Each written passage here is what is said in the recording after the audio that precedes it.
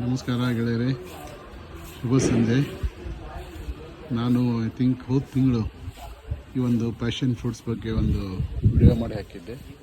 ಈಗ ನೋಡಿ, ಇನ್ನೂ ಆ ಥರನೂ ಆ ಪ್ಯಾಷನ್ ಫ್ರೂಟ್ಸ್ ಇನ್ನೂ ಬರ್ತಾನೆ ಇದೆ.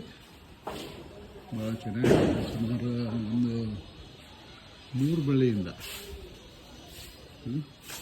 ಒಂದು 200-300 ಹಣ್ಣುಗಳು ಬಂದಿದ್ದು ಇನ್ನೂ ಬರ್ತಾವೆ. ಈಗ ಇಲ್ಲಿ ನಾನು ಇನ್ನೊಂದು ಬಳ್ಳಿನ ಹಾಕಿದ್ದೀನಿ. ಈ ಬಳ್ಳಿ ಯಾವುದು ಅಂತ ತಾವು ನೋಡಿ. ಇದು ಒಂದು ವಿಚಿತ್ರ ಕಾಯಿ ಆಗ್ತಾವೆ.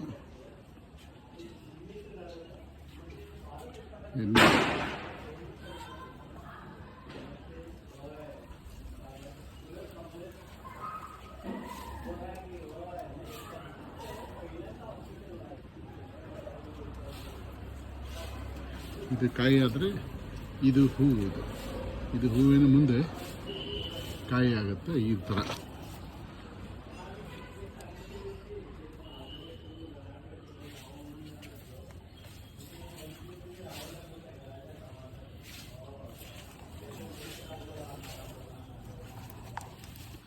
ಇದನ್ನು ನನಗನ್ಸೋ ಮಟ್ಟಿಗೆ ಒಂದು 3 ಅಥವಾ 4 ಬೀಜ ಹಾಕಿ ಬಳ್ಳಿ ಮಾಡಿದ್ದು.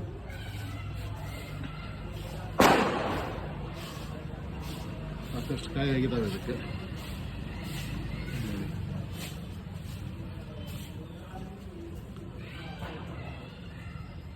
ಇದು ನೋಡಿದೆ, ಅರೆ ಬಾಪ್ರೆ.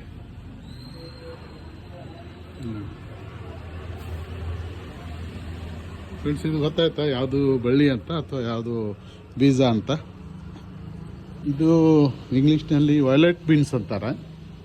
ವಯಲೆಟ್ ಬೀನ್ಸ್ ಕನ್ನಡದಲ್ಲಿ ನಿಮ್ಗೆ ಗೊತ್ತಿರ್ಬೋದು. ಹಳ್ಳಿಗಳ ಕಡೆ ಬೇಲಿಯಲ್ಲಿ ಈಗ ಮೈ ಕಿಚ್ಚಿಬಿಡ್ತೈತೆ ನೋಡಿ, ಅದು ಕುಗ್ನಿ ಗಿಡ ಅಂತಾರೆ. ಕುಗ್ನಿ ಗಿಡ ಅದನ್ನು ಇವರು ಇಂಪ್ರೂವೈಸ್ ಮಾಡಿ ಕುಗ್ನಿ ತೆಗೆದು ಈ ಒಂದು ಥರದ ಬಳ್ಳಿಗಳು ಮಾಡಿದ್ದಾರೆ. ಈ ಬಳ್ಳಿನೂ ಮುಖ್ಯವಾಗಿ ಗೊಬ್ಬರ ಮಾಡಲಿಕ್ಕೇನು ಯೂಸ್ ಮಾಡ್ತಾರೆ. ಓಪನ್ ಲ್ಯಾಂಡಲ್ಲಿ ನಾವು ಬೆಳೆಗಳು ಬೆಳಿತೀವಲ್ಲ, ಮಧ್ಯದಲ್ಲಿ ಇದನ್ನು ಹಾಕಿತ್ತಂತಂದ್ರೆ ಗ್ರೌಂಡ್ ಕವರ್ ಆಗುತ್ತೆ, ಕಸ ಬರೋಂಗಿಲ್ಲ. ಮತ್ತು ಇದನ್ನೇ ಒಂದು ಗೊಬ್ಬರ ಅಂಥೇಳಿ ಯೂಸ್ ಮಾಡ್ಬೋದು. ಎರಡನೇದಾಗಿ ಈ ಬೀಜಗಳನ್ನು ಸಹಿತ ಮಾಡಿ ವಯೋಲೆಟ್ ಕಲರ್ ಇರ್ತಾವೆ ಬೀಜ, ಅವನ್ನ ಮಾರ್ತಾರೆ.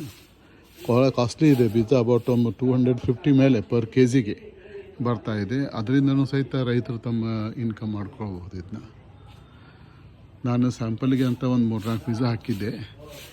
ಈ ವರ್ಷ ಮಳೆಗಾಲ ಮುಗಿದಿದೆ.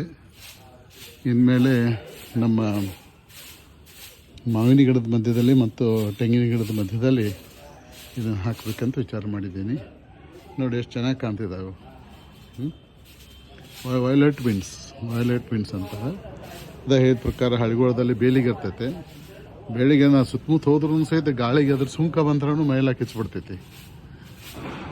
ಅದಕ್ಕಂತ ಯಾರು ಸುಟ್ಟ ತೆಗಿತಾರೆ ಅದನ್ನ ಹಳ್ಳಿಗೊಳ್ದಾಗ. ಅದನ್ನ ಪರಿವರ್ತನೆ ಮಾಡಿ ಇಂಪ್ರೂವೈಸ್ ಮಾಡಿ ಇದು ಮಾಡಿದ್ದಾರೆ. ಇದನ್ನು ಸಹಿತ ಕೆಲವೊಂದು ಕಡೆ, ಎಸ್ಪೆಷಲಿ ಇನ್ನು ತಮಿಳ್ನಾಡಲ್ಲಿ ಇದ್ರದ್ದು ಕೆಲವೊಂದು ರೆಸಿಪಿ ಮಾಡ್ತಾರೆ. ಮತ್ತು ಅವ್ರು ಹೇಳೋ ಪ್ರಕಾರ ವರ್ಷದಲ್ಲಿ 1 ಸಲ 2 ಸಲ ಇದನ್ನ ತಿನ್ಬೇಕಂತ ಹೇಳ್ತಾರೆ. ಭಾಳ ನಾನು ಮಾಡಿದ್ದೀನಿ ಮೊನ್ನೆ ಅಂತದ. ನಮ್ಮಲ್ಲಿ ನೀವು ಅಂತಿರಲ್ಲ ಚೌಳಿಕಾಯಿ, ಗೌಡಿಕಾಯಿ, ಆ ರೀತಿ ಟೇಸ್ಟ್ ಬರ್ತೈತೆ.